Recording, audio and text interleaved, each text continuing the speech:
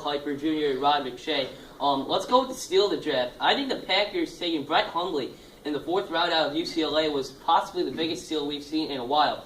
When Brett Favre was still in his prime in Green Bay, the Cheeseheads took Aaron Rodgers out of California. They let him develop a little bit, and now Rodgers is one of the best. So hopefully if Hundley's patient enough, learns from Rodgers a little bit, and then when Rodgers says it's time for me to go, then Hundley can come in. This could be one of the big steals we've seen in a very long time, if it all works out. Rod. I had Jalen Strong from Arizona State going to Houston. He was a receiver I had as the 27th rated player on my medium-sized board. I thought Houston really is going to do well with him. They lost Andre Johnson. Another guy, Ifo Ekpe-Olumu, a 7th-round pick towards ACL last year. The guy was an All-American. And to fall to the 7th round, that's a great pick for the Cleveland Browns. I thought that was good, but I got to disagree with you. I think Brett Hundley did not have him graded out as high as he went. I think he was a reach, a project at best. Probably won't pan out. Myself, I like Garrett Grayson. I thought he was a good value pick where he was. Ran a pro-style offense, will be able to come in and contribute immediately. And Drew Brees, he could replace Drew Brees as well. That was my second steal, but it looks like we're on the same page. Okay, surprise of the draft here. Todd Gurley going 10th overall to the Rams. I thought he was going to fall to the Niners at 15, but St. Louis made the smart move here. Luckily, Zach Stacy was able to get a trade out to the Jets, even though Gurley missed most of last season with a leg injury. This could be the next franchise changing skill player. And he is my candidate for Rookie of the Year too. So, Rod, who do you have? I actually have Philip Dorsett from Miami, the wide receiver, and that's because I don't think Indianapolis knows what their problems were last year. Last year, they lost 2 games to the New England Patriots by about 185 points.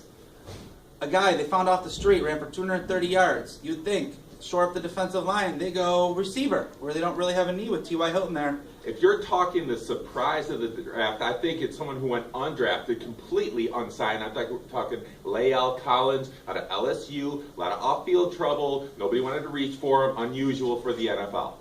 Okay, near the end of our show last week, you two gave us a bunch of names that could be late-round bloomers. However, none of them were picked, and they're currently waiting in free agency. So, guys, who are the biggest stubs in this year's draft, and who could be off the board next?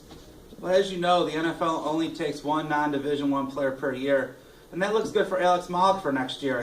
The guy from Hobart, Eli Morfitt, he went in the 2nd round.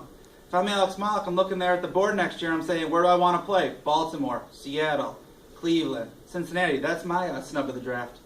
I personally have to go with the non-selection of Eric Jansey. I mentioned him before, 6'2", 512 pounds, is a 4-gap player. Could play the whole line almost by himself, almost immovable. I thought he should have won. What was his 40 time? Do you remember? I don't think the calendar flipped that fast. Yeah. I had a blank in mind. I just thought if you had time for him. Rick Tom was my stuff, by the way. But last one here. After all the off-season acquisitions, who are your favorites in the AFC and NFC going into September? Well, in the AFC, it's obviously the New England Patriots. When you're the Super Bowl champs, your quarterback's Tom Brady, your head coach is Bill Belichick, you're the favorite. In the NFC, I got the Seattle Seahawks. Their 1st-round pick, Jimmy Graham this year. You really reached with those 2 picks. I got to disagree. I think this is the year of Andrew Luck. I think the Colts get over the hump. I think they find a way to beat Brady and the Patriots early in the playoffs. And then in the NFC, I'm going with the Green Bay Packers. A little bit of a resurgence, a little bit healthier this year. I think they get over this. That was our 1-minute fellow reminder. Today's at day 5. Kel Kiper Jr. Correction, today is a day 4. Kel Kiper Jr. and Rod McShay, thanks for coming on. We'll be back in just a moment.